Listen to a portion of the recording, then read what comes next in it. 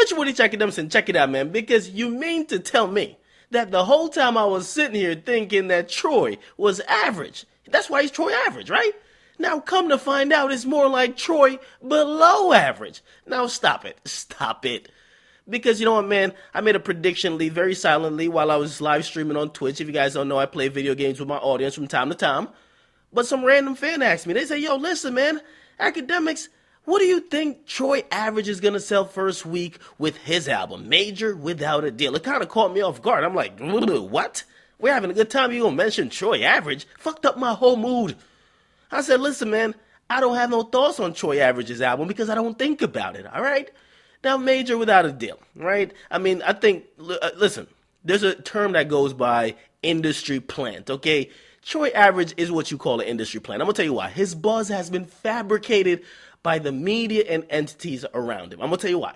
Okay, Troy Average is located in New York. People have been dying for a New York rapper to kind of pop and restore the feeling.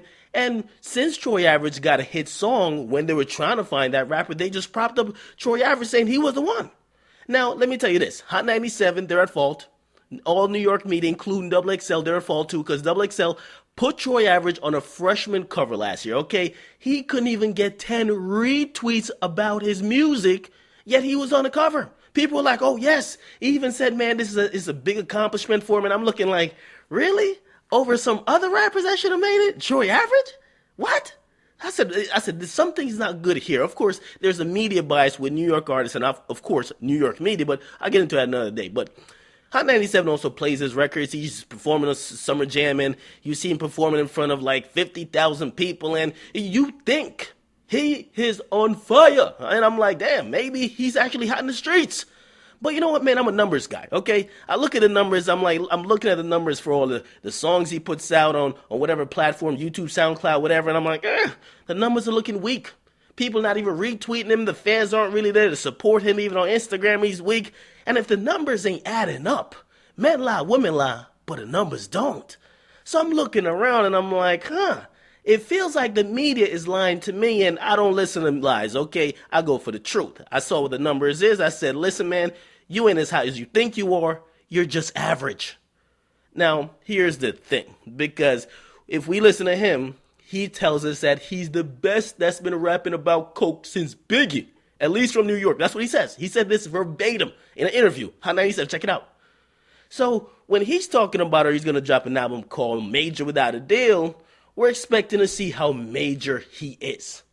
Now, I'm based in the tri-state area, New York, but I ain't biased at all, man. I cover news internationally. If you hot in Guatemala, I'm going to cover you. If you hot in Zimbabwe, I'm going to cover you. You might get coverage if you hot in Houston, California, Memphis, Chicago, everywhere. I'm covering you, no bias, okay?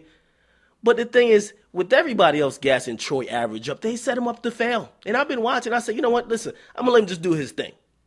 Now, the thing is, you're probably saying, yo, why are you talking about him now? Ain't nobody talking about him before. Why are you talking about him now? Let me tell you this. If you don't know, Mr. Average, he put out a debut album, and his debut album is called Major Without a Deal. Now, it dropped Friday, which, to be honest, it kind of seems to be a trend where people are putting out albums on Friday instead of Tuesday. We saw with Young Thug and also Drake, they dropped both of their projects on a Friday. Now, the week after, when the sales come out, we realize one big thing at least about Troy Average's album, right? Remember Young Thug, he did 18,000. Remember Drake, he did 500,000. Now for Mr. Average, what we realize is that the numbers don't lie, right? He failed to register a top 50 album in the country. Okay, actually it debuted at 109. So there was 108 better or albums on the chart that sold better than his. And that was his debut, right? Now, it was number 14 on the rap charts. As I said, all those albums that were above it were out for weeks. So pretty much made no impact, okay? No impact. A tree falls in the wood or a fucking average tree falls in the woods. Nobody hears it, doesn't make a noise. Now, the exact numbers, if you're wondering, 4,373 albums sold, okay?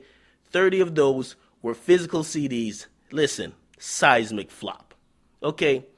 Now, Mr. Average, congratulations. Your album went triple styrofoam, okay? Now, the thing is, which is weird, everyone now is talking about his failure. Nobody was talking about his album when it's coming out.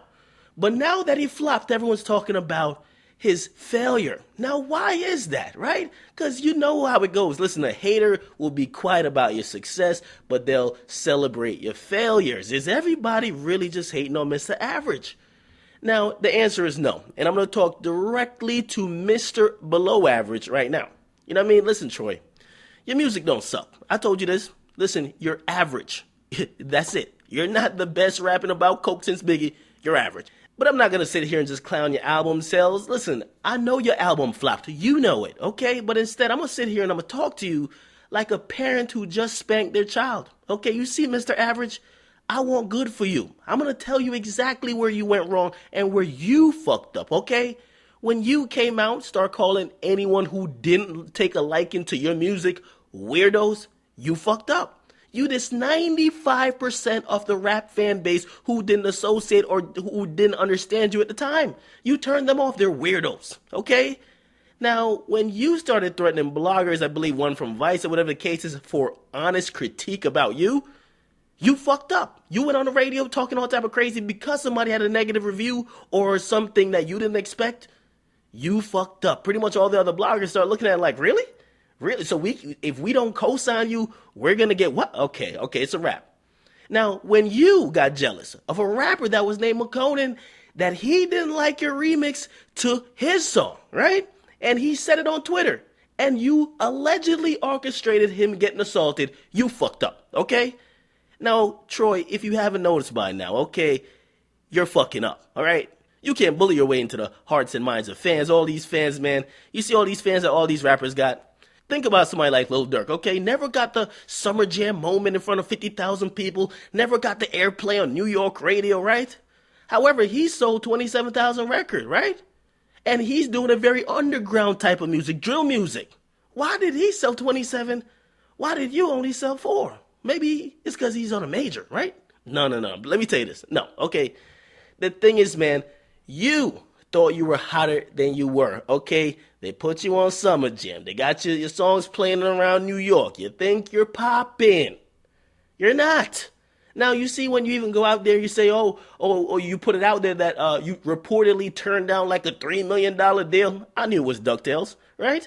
But I figured you yourself didn't believe that because you had to be grounded in reality, right? You were just probably using that as leverage, possibly for someone that was trying to negotiate a deal with you, right? But if that was really true, think about it now. Your album flopped. That $3 million deal ain't on the table no more. So my whole thing is that, listen, you cannot bully your way into the game. The same people that you were shitting on, right, basically are now shitting on you because your album flopped. Come on now. So listen, man, dust off that flop, okay? Enjoy your styrofoam plaque, okay? It's triple styrofoam, okay? Get back to the roots. Realize that every fan is needed. Realize you gotta make music not only for the coke boys, the non-weirdos. Realize you just gotta make good music. Realize you don't care if your fan is in Montana who's a weirdo according to you. If they like you, they like you. Just realize that, okay? Now, you still got a chance. It's not like get the fuck on out of here because I want to see everybody win. But you still have a small chance, a small window. In the next year or two, you got to work twice as hard because you just flopped, okay? So people are rooting against you. You're trending because you're flopping, right? You basically have to work twice as hard. You basically have to fix all these issues, make better music, music that will stick, and then you'll win. Because, as I said, the people that you shitted on, okay, thinking you were the shit, they waited for your numbers. Now they're shitting on you. Okay? So God bless your heart, man. This is just a one-on-one from the boy, the negotiator, Akademiks, to you, Mr. Below Average, okay? Get in the comment box, make sure you guys like, definitely subscribe. I'm out.